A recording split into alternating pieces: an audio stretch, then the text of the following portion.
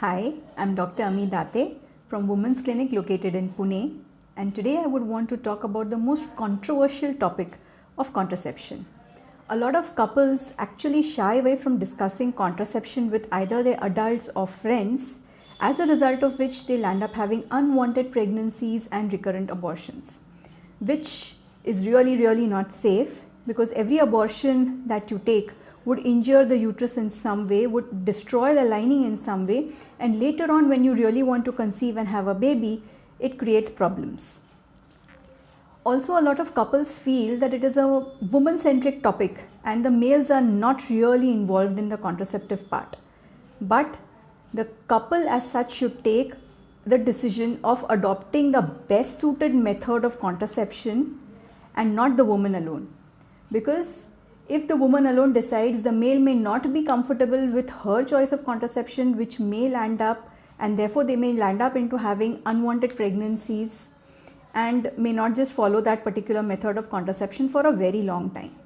So the couple should be involved, and both the partners have to be aware and informed about the different modalities of contraception, and then they can choose which suits them the best. In today's talk, I would mainly discuss two modalities of contraception. Number one is a natural method and the second one is the barrier method. Now, the natural method of contraception, here there are mainly two types. Number one is a calendar method and the second one is called as coitus interruptus. So what do you mean by calendar method? Here the woman has to observe 6 of her previous menstrual cycles, and she has to take a note of the longest days or the longest length of the menstrual cycle which she's had and the shortest length of the menstrual cycle.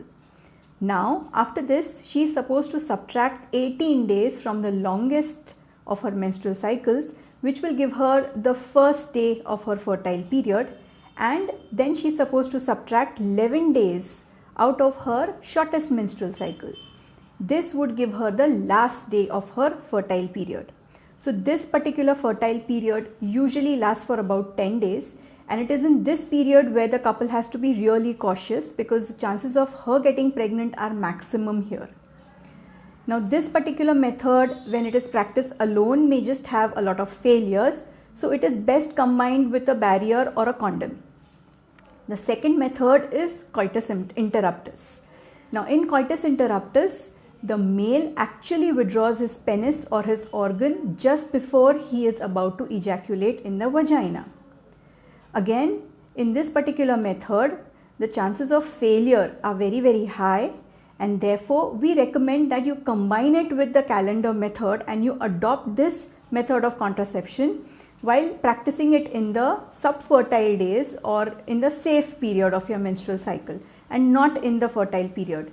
Because sometimes, even if the male doesn't ejaculate completely, sometimes the semen, the sperms may be present in the pre-ejaculatory fluid, which is then given out in the vagina before he ejaculates.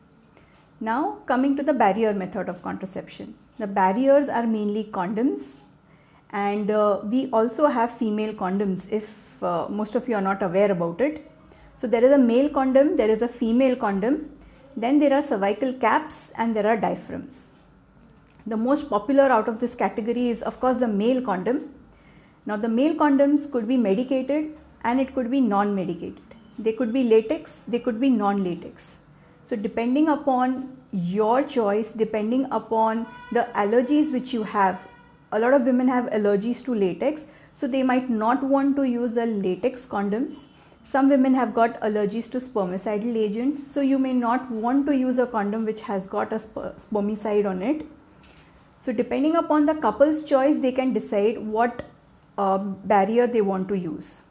Coming to the female condoms are the ones which would completely cover the vagina, and it would have a closed ring which would fit on the cervix, and there would be an open ring at the distal end which allows the insertion of the penis. However, this particular condom actually makes a lot of noise during the act and is really uncomfortable for the female as well as the male partner. The third one is a diaphragm. A diaphragm is more of a circular device. It's like a pessary which has got a complete fold on it, and this fits in the vagina and the couple is supposed to have intercourse with the diaphragm in situ. The problem with the diaphragm is sometimes the vagina becomes extremely shallow and there might not be enjoyment during the act because the male is not able to penetrate or insert his organ completely. The second one is the cervical cap. Now in the cervical cap, both the diaphragm and the cervical caps, by the way, would come in different measurements, and you have to keep trying one after the other to see which suits you best according to your vaginal length, vaginal width, and the length and the thickness of the cervix. So an ill-fitted cervical cap or an ill-fitted diaphragm may lead to penetration of sperms along the ridges or the edges, and it may lead to this contraceptive failure. So these have not been really very popular, but yes, the male condom has been a little bit more popular compared to the other methods. So that's about it for today, and in my next video I would discuss about oral contraceptive pills. I would discuss about the intrauterine devices which can be inserted, and of course the permanent method of contraception. Thank you.